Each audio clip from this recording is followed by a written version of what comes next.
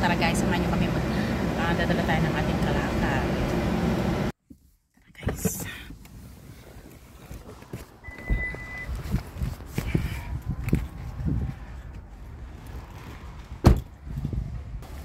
You need a cart, Lolo? Huh? I'll give you a cart? Hindi na. Hindi na.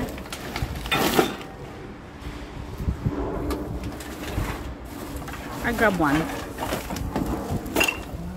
No, I can. That's okay. Come on guys, let's go. So we have only 4 actually. Gusto namin maglinis ang backyard. Alright guys. Ito tayo. Oops. Dito na lang. It's closer. 1, 2, 3. So we only have 3. And I do not have gloves.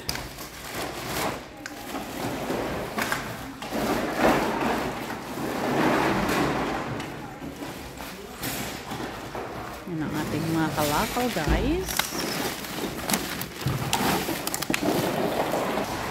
They're not busy here.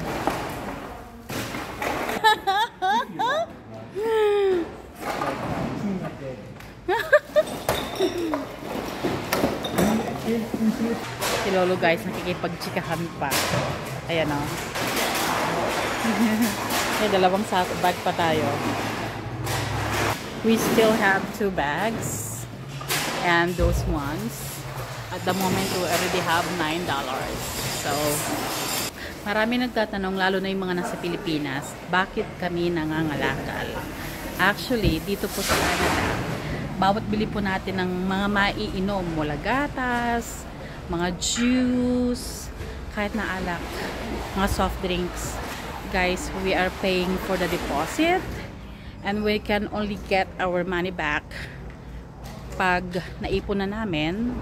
Ipunin mo talaga kasi lugi ka kung ihatid mo kunti pa lang. So, pag marami na, 4, 5, 6, minsan, yung iba mayroon na silang 10 bags pero mabaho na kasi masyado pag inipon mo ng marami talaga. So, pagka marami-rami na, tapos gusto nyo, katulad namin, naglinis kami ng backyard namin, nandun lang sa backyard. So, ang gagawin mo na lang doon ay, nadali mo na lang dito sa Bottle Depot.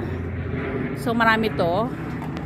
Ganito dito. So, dadali mo na lang para makuha mo yung pera mo na binayad mo sa deposit nung binili mo yung mga drinks na yan, mga inumin na yan. So, yun yung dahilan. Kaya marami nag-iisip, bakit nasa Canada ka, nangangalakal ka? Yun po yung dahilan guys. At malaking tulong din kasi usually pag nagdadala kami dito ng mga around mga 5 bags, nakaka $65 kami. So pang gasolina na yun. Diba guys? Pang gasolina na yun eh. Maging practical tayo. Kasi hindi po madali ang buhay namin dito sa Canada. Hindi po pinupulot ang pera. O hindi napipitas sa puno ang pera dito. Talaga pong pinagtatrabahuan. Kaya importante po sa amin, malaking bagay po yung maipon namin yung mga empty bottles, empty cans na mga drinks. Kasi nga, para makuha namin yung pera namin ulit. Na binayad nga namin, kaya sabi ko kanina, mga deposits na binabayaran namin pag bumibili kami ng maiinom. So yun po yung buong kwento guys. At hindi namin kinahiya dito magdala ng kalakal. Hindi po tayo mayaman guys. Hindi po tayo mayaman. Kahit sino dito ginagawa to. Kasi nga, yun ang buhay dito eh. Hindi namin basta-basta lang tinatapon yung mga empty bottles, empty cans ng mga soft drinks. No. Kasi well organized dito eh sa pagdating sa mga pagdi-dispose ng mga basura. Hindi lahat ng probinsya is ganito. Kasi yung ibang mga probinsya like sa Toronto guys, nagpunta kami doon I think 2 years ago.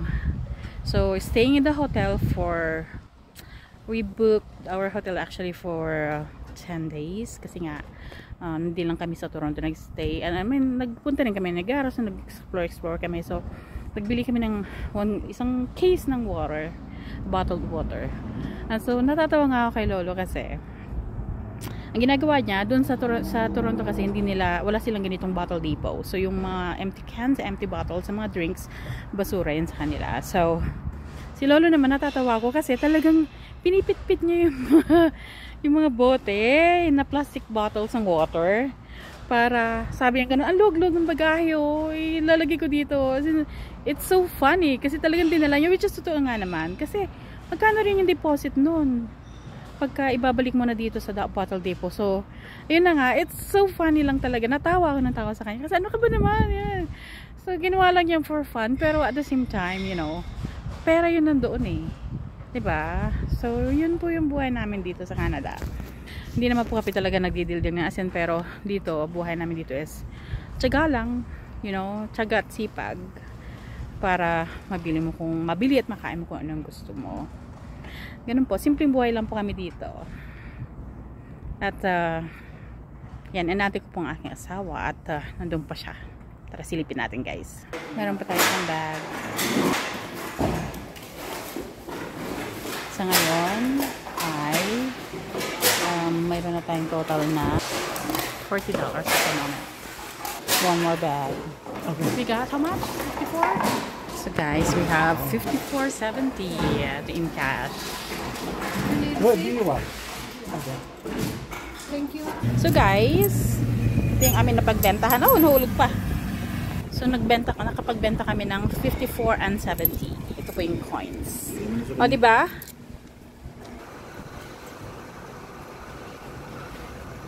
Tayo. So guys, do you feel rich? You have $54, man? Yeah.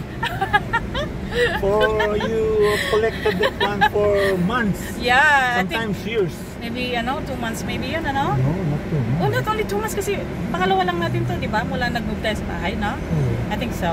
Yeah, ilang buwan din yun, guys. So, tara na. Magsha-shopping na si Lolo. Tara na guys, ang ganda-ganda ng weather.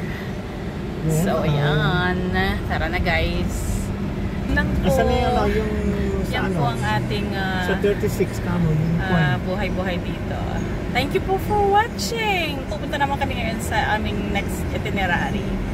God bless po. Thank you for watching.